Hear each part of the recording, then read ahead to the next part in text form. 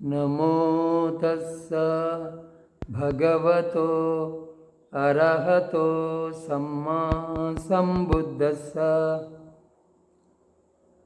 దీఘనికాయలో శ్రామణ్య ఫలసూత్రంలో ఇంతకుముందు సంజయ బేలట్టపుత్రుని విక్షేపవాదాన్ని తెలుసుకున్నాం. విక్షేపవాదం అంటే దేన్ని నిశ్చయించి చెప్పకుండా జారిపోవటం, దాటవేయటం. అక్కడికి ఈ శ్రమణుల ఆనాటి ప్రఖ్యాత శ్రమణుల వాదాల గురించి చెప్పుకోవటం అయిపోయింది. ఆ తర్వాత ఇప్పుడు చెప్పుకుందాం. అప్పుడు రాజు అజాతశత్రువు బుద్ధునితో, భంతే, అదే ప్రశ్నను నేను ఇప్పుడు భగవానుని అడుగుతున్నాను. గజారోహకులు, అశ్వారోహకులు, రథికులు, ధనుర్విధులు, యుద్ధంలో ధ్వజాన్ని పట్టుకునేవారు, వ్యూహరచన చేసేవారు, భోజనాన్ని వడ్డించేవారు, ఇంకా దాసపుత్రులు, వంటవారు, స్నానం చేయించేవారు, రొట్టెలు కాల్చేవారు, మాలలు కట్టేవారు, చాకలి, సాలె, మేదర, కుమ్మర, గనక, ముద్రిక మొదలైన ఎందరో ఇటువంటి విద్యలను నేర్చుకున్నవారు ఈ జన్మలో తాము సుఖంగా ఉంటున్నారు. ఆ విద్య వల్ల, ఆ వృత్తి వల్ల వచ్చిన సంపాదన వల్ల తమ భార్యా పిల్లల్ని కూడా పోషించుకుంటూ ఉన్నారు. శ్రమణులకు, బ్రాహ్మణులకు దానాలు చేసుకొని స్వర్గాన్ని కూడా పొందుతూ ఉన్నారు. మరి ఈ గొప్ప విద్యలకు ఉన్నట్టే శ్రామణ్యానికి కూడా ఈ జన్మలోనే అటువంటి ప్రత్యక్ష ఫలం ఉందని చెప్పగలరా? శ్రామణ్యం అంటే ఇప్పుడు అన్నీ వదిలి ప్రవ్రజ్య తీసుకొని ఒక వ్యక్తి భిక్షువయ్యి పొందే ఫలం ఏమిటి? ఇతర వృత్తుల్లో వారు పొందే ఫలము కనిపిస్తూ ఉన్నది. కానీ ఈ అన్ని సుఖాల్ని వదులుకొని భిక్షుదీక్ష తీసుకొని ఒక వ్యక్తి ఈ జన్మలోనే పొందే ఫలము ఏమిటి అని అజాతశత్రువు యొక్క ప్రశ్న. ఆ విధంగా చెప్పగలమా అని అజాతశత్రువు భగవానుని అడిగిండు. అప్పుడు భగవానుడు ఇలా అన్నాడు, చెప్పగలము మహారాజా. మొదట ఒక ప్రశ్న అడుగుతాను, చెప్పగలిగినంత వరకు చెప్పు. మహారాజా, ఇక్కడ ఒక దాసుడు, పనివాడు, నీకన్నా ముందు లేచి నీ తర్వాత పడుకునేవాడు, ఏమి పని అని మీ వైపు ఎదురు చూచేవాడు, నీ మనస్సుకు నచ్చినవాడు, ప్రియంగా మాట్లాడేవాడు, ఆజ్ఞల కోసం ఎప్పుడూ నీ ముఖం వైపు చూచేవాడు. అటువంటి దాసుడు తన మనస్సులో, ఆహా, పుణ్యం యొక్క గతి, పుణ్యం యొక్క ఫలము చాలా ఆశ్చర్యకరమైనది. ఈ మగధరాజు వైదేహీపుత్ర అజాతశత్రువు మానవుడే, నేను మనుష్యుడనే. కానీ ఈ మగధరాజు అజాతశత్రువు దేవతల పంచకామ గుణాలను తనివిదీరా పొందగలడు. ఈ రాజు ఇంద్రియ సుఖాలను తనివిదీరా పొందగలడు. కానీ నేను దాసుణ్ణి, పనివాణ్ణి, ముందు లేచేవాణ్ణి, తర్వాత పడుకునేవాణ్ణి, ఏమి పని అని ఆజ్ఞల కోసం ముఖం వైపు చూచేవాణ్ణి. అందుకని నేను కూడా పుణ్యం చేయాలి. అంటే నేను ఈ విధంగా జన్మించిన అంటే నా పుణ్యం తక్కువగా ఉన్నది, అల్పపుణ్యుణ్ణి. అందువల్ల భావిలో నాకు మంచి గతి రావాలని అంటే నేను కూడా పుణ్యం చేయాలి. కనీసము వెంట్రుకలు గడ్డము తీయించుకొని కాషాయ వస్త్రాలను కప్పుకొని ఇంటిని విడిచి అనగారికునిగా ప్రవర్తించాలి అనుకుంటాడు. అతడు తర్వాత సమయంలో వెంట్రుకలు గడ్డము తీయించుకొని కాషాయ వస్త్రాలను కప్పుకొని ఇంటిని విడిచి అనగారికునిగా ప్రవర్తిస్తాడు. ప్రవర్తించి శరీరాన్ని నిగ్రహించుకొని వ్యవహరిస్తాడు. ప్రవ్రజితుడు శరీరాన్ని అదుపులో ఉంచుకోవాలి. ఆ తర్వాత మాటలను అదుపులో ఉంచుకోవాలి. ఆ తర్వాత మనస్సును అదుపులో ఉంచుకోవాలి. ఈ విధంగా ప్రవర్తించి అతడు ఈ త్రికరణాల చేత నిగ్రహంతో ఉంటాడు.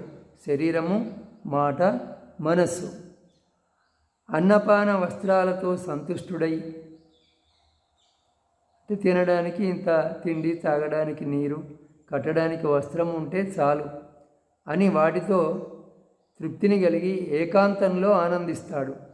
అతని గురించి ఎవరైనా మీకు దేవా, మీ వద్ద దాసునిగా, పనివానిగా, మీకన్నా ముందు లేచేవానిగా, తర్వాత పడుకునేవానిగా, ఏమి పని అని ఎదురుచూచేవానిగా, ప్రియవాదిగా, ఆజ్ఞల కోసం మీ ముఖం వైపు చూచేవానిగా ఉన్నవాడు తలపై గడ్డంపై ఉన్న వెంట్రుకలను తీయించుకొని కాషాయ వస్త్రాలను కప్పుకొని ప్రవ్రజించాడు. అతడు అలా ప్రవ్రజితుడై శరీరాన్ని నిగ్రహించుకొని వ్యవహరిస్తున్నాడు. మాటలను, మనస్సును కూడా నిగ్రహించుకొని వ్యవహరిస్తున్నాడు.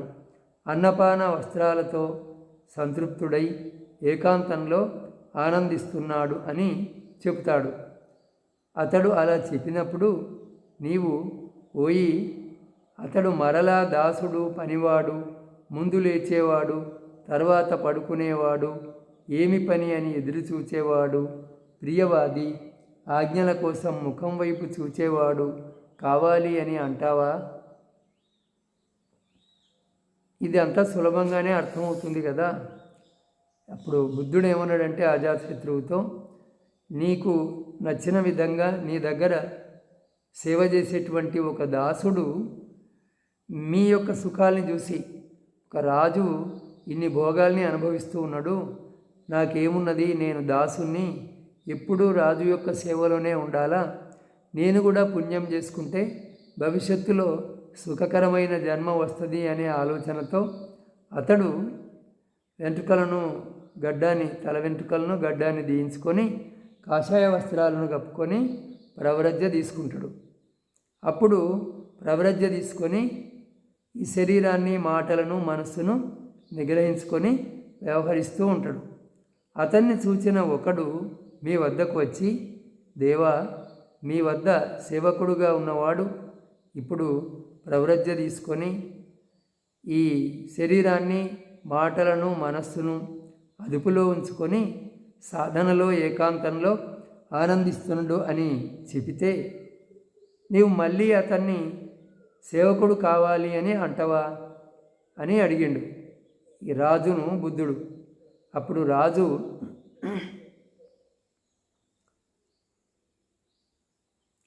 అననుబంతే, పైగా మేమే అతనికి నమస్కారం చేస్తాము, ఎదురుపోతాము, ఆసనాన్ని చూపిస్తాము, చీవర పిండపాత శయనాసనాలను, రోగిపథ్యము, మందులను తీసుకోవటం కోసం అతన్ని ఆహ్వానిస్తాము. అతని నిరంతర ధర్మసాధన కోసం, అతని రక్షణకై ఏర్పాటు చేస్తాము అన్నాడు. రాజేమన్నాడు, అతన్ని మళ్ళీ సేవకుడు కావాలా అని నిర్బంధించా, పైగా నేనే అతనికి నమస్కారం చేస్తా, అతను వస్తుంటే ఎదురు వెళ్తా, ఆసనాన్ని చూపిస్తా కూర్చోవడానికి, ఇంకా అతనికి అవసరమైన చీవరాలు, భోజనము, ఏకాంతంలో సాధన చేసుకోవడానికి ఒక గది, తర్వాత జ్వరం వస్తే పథ్యాన్నము, మందులు అతనికి ఇస్తూ ఉంటారు. ఇంకా అతన్ని ఎవరు వేధించకుండా, అతని సాధన ఆటంకం లేకుండా జరగడానికి రక్షణను ఏర్పాటు చేస్తా అని అన్నాడు. దానిని నీవేమంటావు మహారాజా? అది ఈ జన్మలో లభించే శ్రామణ్య ఫలం కాదా? నిన్నటి వరకు నీ సేవకుడిగా ఉన్నవాడికి నువ్వు ఈరోజు నమస్కరించి నువ్వే అతనికి సేవ చేయడానికి సిద్ధంగా ఉండటం అంటే అది ఈ జన్మలో లభించే శ్రామణ్య ఫలం కాదా? శ్రమణత్వాన్ని, ప్రవ్రజ్యను పొందినందుకు లభించిన ఫలం కాదా అని బుద్ధుడు రాజుతో అన్నాడు. అప్పుడు రాజు, అవును బంతే, ఈ జన్మలోనే లభించే సామాన్య ఫలంగా అది కంటికి కనిపిస్తూనే ఉంది. అప్పుడు బుద్ధుడు, మహారాజా, ఇది ఈ జన్మలోనే లభించే మొదటి శ్రామణ్య ఫలమని నేను తెలుపుతున్నాను. ఈ జన్మలో లభించే మొట్టమొదటి శ్రామణ్య ఫలం అది అని. ఆ తర్వాత ఈ జన్మలో లభించే రెండవ శ్రామణ్య ఫలం. బంతే, ఈ జన్మలో లభించే ఇంకొక శ్రామణ్య ఫలాన్ని గురించి చెప్పగలరా అని రాజు అడిగిండు. చెప్పగలను మహారాజా. మొదట ఒక ప్రశ్న అడుగుతాను, చెప్పగలిగినంత వరకు చెప్పు. అంతా ముందరలాగే ఉంటుంది. అయితే అక్కడ సేవకుడు, ఇక్కడ ఒక గృహపతి, కర్షకుడు లేదా వ్యాపారస్తుడు. అతడు పనులు చేయించేవాడు, ధనరాశిని పెంచుకునేవాడు. తన మనస్సులో మీతో పోల్చుకొని, ఈ వైదేహీ పుత్ర అజాతశత్రువు మనుష్యుడే, నేను మనుష్యున్నే. ఈ రాజు దేవతల 5 ఇంద్రియ సుఖాలను తనవిధీరా పొందగలడు. కానీ నేను కర్షకుణ్ణి, వ్యవసాయదారుణ్ణి, గృహపతిని, పనులు చేయించేవాణ్ణి, ధనరాశిని వృద్ధి పొందించేవాణ్ణి. అందుకని నేను కూడా పుణ్యం చేయాలి. కనీసం వెంట్రుకలు గడ్డము తీయించుకొని, కాషాయ వస్త్రాలను కప్పుకొని, ఇంటిని విడిచి అనగారికునిగా ప్రవర్తించాలి అనుకుంటాడు. ఆ తర్వాత సమయంలో అతడు తన వద్ద ఉన్న ఆ కొంచెము భోగాలను వదిలి, చిన్న పెద్ద బంధువర్గాన్ని వదిలి, వెంట్రుకలు గడ్డము తీయించుకొని, కాషాయ వస్త్రాలను కప్పుకొని, ఇంటిని విడిచి అనగారికుడుగా ప్రవర్తించి, త్రికరణాలను నిగ్రహించుకొని వ్యవహరిస్తాడు. శరీరాన్ని, మాటలను, మనస్సును నిగ్రహించుకొని వ్యవహరిస్తాడు.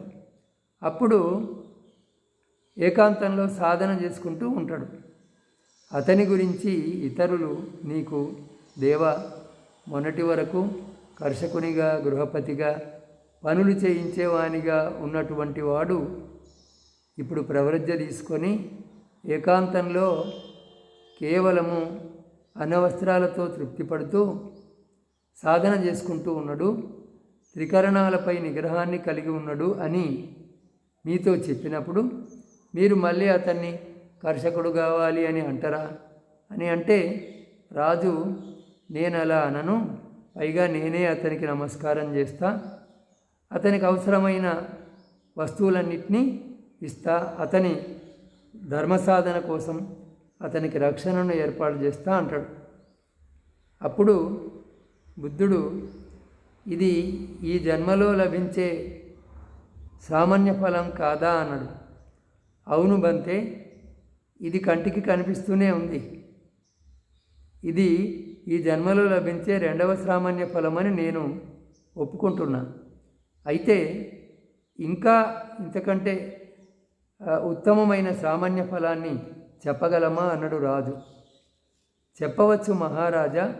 అయితే మనస్సును నిలిపి చక్కగా విను, చెబుతాను అని బుద్ధుడు అన్నప్పుడు, అలాగే బంతే అని మగధరాజు వైదేహీ పుత్ర అజాతశత్రువు భగవానునికి బదులు పలికాడు.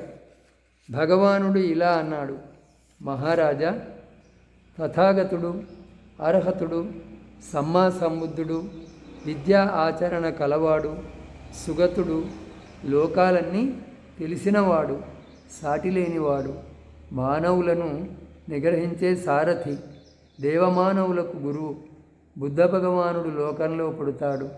ఆయన దేవతలతో, మారునితో, బ్రహ్మతో, శ్రమణ బ్రాహ్మణ ప్రజలతో కూడిన ఈ లోకంలో స్వయంగా ప్రత్యక్ష జ్ఞానాన్ని సాక్షాత్కరించుకొని తెలుపుతాడు.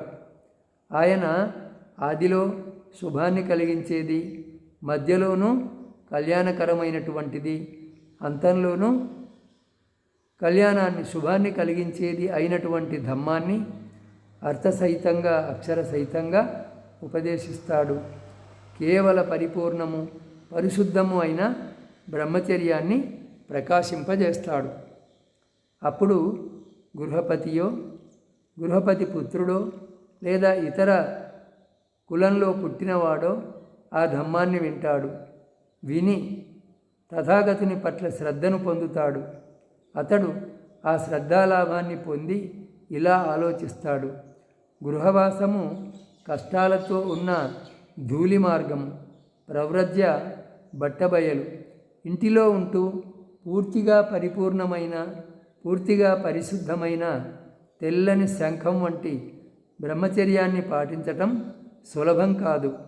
నేను కనీసము తలను గడ్డాన్ని తీయించుకొని కాషాయ వస్త్రాలను కప్పుకొని ఇంటిని వదిలి ఇల్లు లేని వానిగా ప్రవర్తించాలి. తలను గడ్డాన్ని తీయించుకొని అంటే తల వెంట్రుకలను గడ్డాన్ని తీయించుకొని కాషాయ వస్త్రాలను కప్పుకొని ఇంటిని వదిలి ప్రవర్తించాలి అనుకుంటాడు. అతడు ఆ తర్వాత సమయంలో చిన్న పెద్ద భోగాలను, చిన్న పెద్ద బంధువర్గాన్ని వదిలి తలను గడ్డాన్ని కొరిగించుకొని కాషాయ వస్త్రాలను కప్పుకొని ఇంటిని వదిలి అనగారికునిగా ప్రవర్తిస్తాడు. అతడు అలా ప్రవర్జితుడై ప్రాతిమోక్ష నిగ్రహంతో ఉంటూ, ప్రాతిమోక్ష నిగ్రహం అంటే ఒక భిక్షువు పాటించే 227 చిన్న పెద్ద నియమాలున్నాయి. వాటన్నిటినీ పాటిస్తూ ఆచార గోచర సంపన్నుడై, అంటే నిత్య జీవితంలో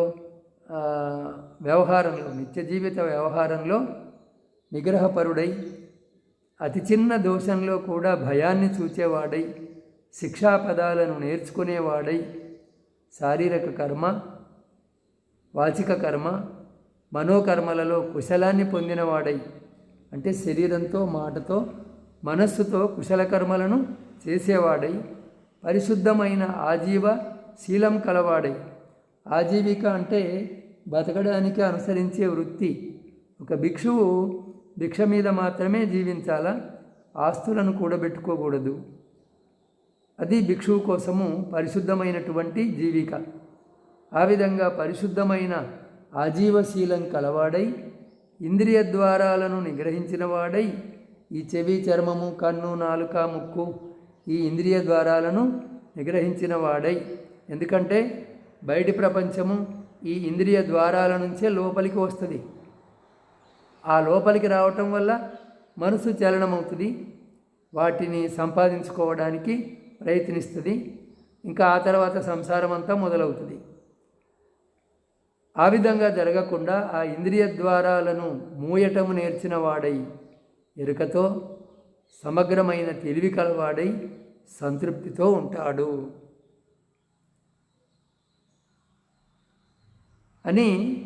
ఇక ఒక భిక్షువు జీవితం ఎలా ఉంటుందో, బుద్ధుడు జన్మించిన తర్వాత బుద్ధుణ్ణి ఆశ్రయించుకొని ప్రవ్రజ్య తీసుకున్న భిక్షువు యొక్క ఆచరణ గురించి విపులంగా భగవానుడు రాజు అజాతశత్రువుకు వర్ణించి చెబుతూ ఉన్నాడు. ఈ పూట ఇక్కడికి చాలు.